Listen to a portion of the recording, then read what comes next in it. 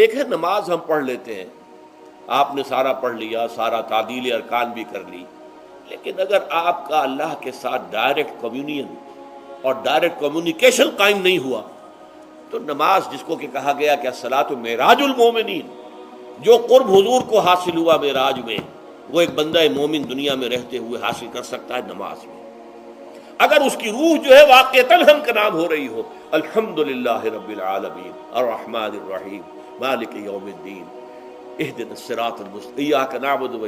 اگر ہم واقعتاً ایسے کہہ رہے ہوں کہ ہمیں احساس ہو کہ ہم اللہ کے حضور میں حاضر ہیں اور عرض کر رہے ہیں، سجدہ کریں تو حدیث میں آتا ہے کہ ایسے محسوس ہو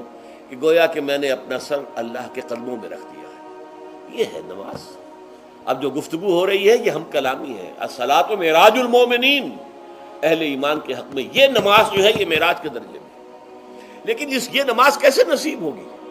اگر روح سوئی ہوئی ہے، دبی ہوئی ہے، پسی ہوئی ہے، مزمحل ہے یا مردہ ہے؟ یہ نماز کیسے حاصل ہوگی؟ چاہے آپ پانچوں وقت کی نماز پڑھ رہے ہوں، چاہے آپ نے ہیبٹ بنا لیا ہو نماز کو، چاہے خوش بھی ہو گیا ہو، لیکن یہ کہ جب تک وہ روح بیدار نہ ہو، جب تک ہم کلامی نہ ہو، افلاق سے آتا ہے نالوں کا جواب آخر، اٹھتے ہیں حجاب آخر، کرتے ہیں خطاب آخر، جب تک یہ نہ ہو، جیسے کہ میں ایک حدیث قدسی انشاءاللہ آج سناؤں گا سورہ فاتحہ کے ضمن میں، کہ اللہ تعالیٰ کے سامنے جب کھڑا ہو کر انسان جب کہتا ہے انی وجہت وجہی للذی فطر السماوات والارض حنیفا، دائیں بائیں سے بالکل اپنا تعلق کاٹ کر میں نے اپنا رخ کر لیا ہے اس اللہ کی طرف جس نے آسمانوں اور زمین کو پیدا کیا۔ اب یہ توجہ وجہ تو اگر یہ تو ہے چہرہ تو ہم نے کر دیا خانہ کعبہ کی طرف، اندر سے ہماری روح متوجہ نہیں ہوئی، وہ سوئی پڑی ہوئی، اسے پتہ ہی کچھ نہیں کہ کیا ہو رہا ہے، تو اس صورت میں وہ کیا ہے؟ ظاہری بات تو پوری ہو گئی، نماز کا ثواب ہو جائے گا، فرض کی ادائیگی کا ثواب مل جائے گا، لیکن وہ اصل نماز تو حاصل نہیں ہوتی۔ یہ ہے وہ بات کہ وَإِذَا سَأَلَكَ عِبَادِي عَنِّي فَإِنِّي قَرِيبٌ، اے نبی جب میرے بندوں کی روحیں بیدار ہو جائیں، توانا ہو جائیں، حیات تازہ سے وہ ہم کنار ہو جائیں، اور پھر وہ میرے بارے میں پوچھیں، وہ میرا تقرب حاصل کرنا چاہتے ہیں، تو آپ سے پوچھیں تو کہیے میں قریب ہی ہوں، اجیب دعوت الداع اذا دعان، یہ ہے وہ دعا، میں ہر پکارنے والے کی پکار، ہر دعا کرنے والے کی دعا کو سنتا ہوں، قبول کرتا ہوں، جواب دیتا ہوں جہاں کہیں بھی مجھے پکارے، اذا دعان۔ اس میں در حقیقت وہ مفہوم آ گیا ہے there and then wherever، آپ اپنے گھر میں ہو کر پکاریں اللہ کو، آپ بستر پر لیٹے ہوئے پکاریں اللہ کو، الذین یذکرون اللہ قیاما وقعودا وعلی جنوبہم، ہاں ٹھیک ہے بعض مقامات بعض اوقات قبول دعا کے لیے زیادہ سازگار ہے، حرم میں جا کر دعا مانگی جائے، اور منا میں عرفات میں خاص طور پر، جبل رحمت پر خاص طور پر، ملتزم جو ہے کعبے کا اس پر خاص طور پر، وہ ایام بھی ہیں خاص، لیکن یہ نہیں ہے کہ بقیہ دنوں میں آپ کے اور اللہ کے درمیان کو بڑا فاصلہ ہے۔ یہ سارا دنیا میں مشرکانہ نظاموں نے تصور پیدا کیا، اللہ تو دور ہے دور ہے دور ہے دور ہے، پاک ہے پاک ہے پاک، تم ناپاک ہو ناپاک ہو ناپاک ہو، اور تم تو بڑی پستی میں پڑے ہو، تم اللہ سے براہ راست ہم کلام نہیں ہو سکتے۔ کوئی درمیانی چاہیے، کوئی لنکس چاہیے،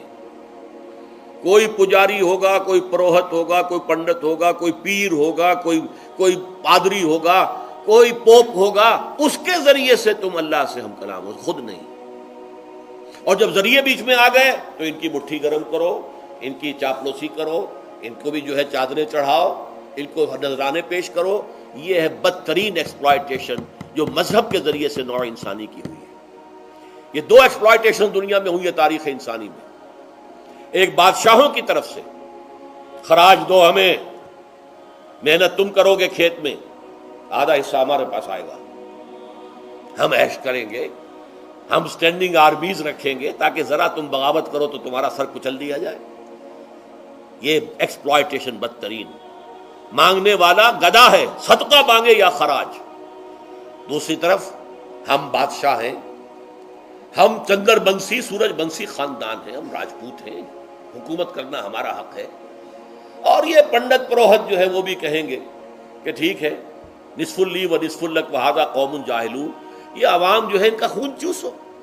ہمیں یہ نذرانے پیش کریں، بتوں کو آ کے چڑھاوے چڑھائیں اور تمہیں خراج دیں اور ٹیکس دیں۔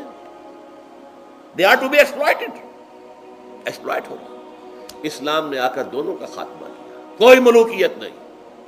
زکوٰۃ ہے تو غربا کے لیے، بادشاہ کے لیے نہیں ہے، یہ تو غربا کے لیے، لہذا کوئی ٹیکس نہیں۔ نمبر 2، اللہ سے ہم کلام ہونے کے لیے کسی دربان، کسی جو ہے پہرے دار کی مٹھی گرم کرنے کی ضرورت نہیں، جب چاہو ہم کلام ہو جاؤ۔ دل کے آئینے میں ہے تصویر یار، جب ذرا گردن جھکائی دیکھ لی۔ یہ تو تم ہماری طرف متوجہ نہیں ہوتے، ہم تو ہر وقت کہتے ہیں، ہر شب کو آخری لمحات جو ہیں، آخری جو گھنٹے ہیں رات کے، سمائے دنیا تک ہم نزول فرما لیتے ہیں تمہارے لیے، اور پکارنے والا پکارتا ہے، حل من مستغفر فاغفر له، ہے کوئی استغفار کرنے والا کہ میں اسے بخش دوں؟ حل من سائل فاعطیہ، ہے کوئی مانگنے والا کہ میں اسے عطا کروں؟ تم ہی سوئے رہتے ہو، انٹا غفیر رہتے ہو، تمہیں ہماری طرف توجہ نہیں ہے۔ اگر ہماری طرف متوجہ ہو جاؤ تو جیسے کہ اقبال نے کہا کہ میرے لیے یہ دربان جو ہے، پیران کلیسا کو کلیسا سے اٹھا دو، کیوں خالق و مخلوق میں حائل رہے پردے،